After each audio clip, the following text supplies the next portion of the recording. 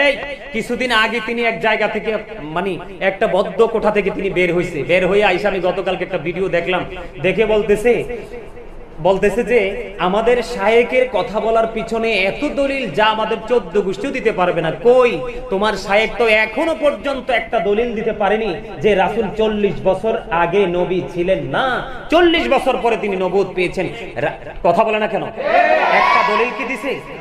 ওই বক্তাই কিন্তু, আমি কিন্তু মুখ খুলিনি, আমি কারো সমালোচনা করার অভ্যাস আমার নেই, আমি আমার গতিতে চলি, আমি মানুষের কাছে হেদায়াত দিন পৌঁছে দেওয়ার চেষ্টা করি। আজকে আমি নামটা বলতে বাধ্য, কারণ আমার দেয়ালে পিঠ থেকে গেছে, আর সহ্য হচ্ছে না, শুইলে বইলে চোখে ঘুম আসে না যে কি শুরু হচ্ছে। গিয়াসউদ্দিন আত-তাহিরি সাহেবের পড়াশোনা নিয়ে সার্টিফিকেট নিয়ে ওই বক্তা কথা বলেছিল, যদি কামেলের সার্টিফিকেট দেখাতে পারে তাহলে সেই বক্তা নাকি মাঠে ওয়াজ করবে না। গিয়াসউদ্দিন আত-তাহিরি সাহেব বাপকা বেটা, সাথে কি করেছে, তিনি ওনার সার্টিফিকেট গুলো আপনার অনলাইনে সাবমিট করে দিয়েছে। তোমার মুখটা কোথায় গেল?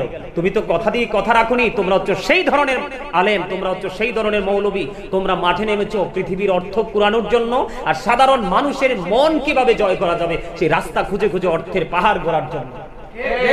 আবার মানে কি বলবো, এই যে এত বড় একটা ঈমান হরণকারী বক্তব্য দেওয়ার পরে ওনার যে সফর সঙ্গীরা, ওনার যে সহচর যারা আছে, ওরা এটাকে বৈধ করার জন্য বিভিন্ন ধরনের তাল বাহানা করতেছে। উনি মানবিক মানুষ, উনি দানবীর মানুষ, অনেক খেদমত হচ্ছে। আমরা করি না খেদমত? কই, আমাদের পিছনে পিছনে তো আমরা ক্যামেরা নিয়ে দৌড়াই না।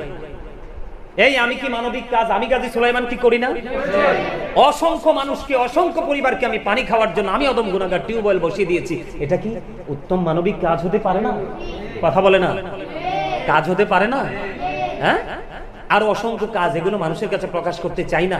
আজকে বললাম যে তোমরা যতই মানবিকতার গল্প শোনাও কেন, আল্লাহ রাব্বুল আলামিন যাদেরকে ঈমান দিয়েছে, যাদেরকে বিবেক দিয়েছে, বিবেক নামক নূর দিয়েছে, তোমরা কিন্তু তাদের ছোবল থেকে বাঁচতে পারবা না। এত বড় অন্যায় করেছো যেটা অন্য মানুষ বিশ্বাস করবে, তাদের ঈমান পর্যন্ত চলে যাবে। কি হবে? তাদের ঈমান চলে যাবে।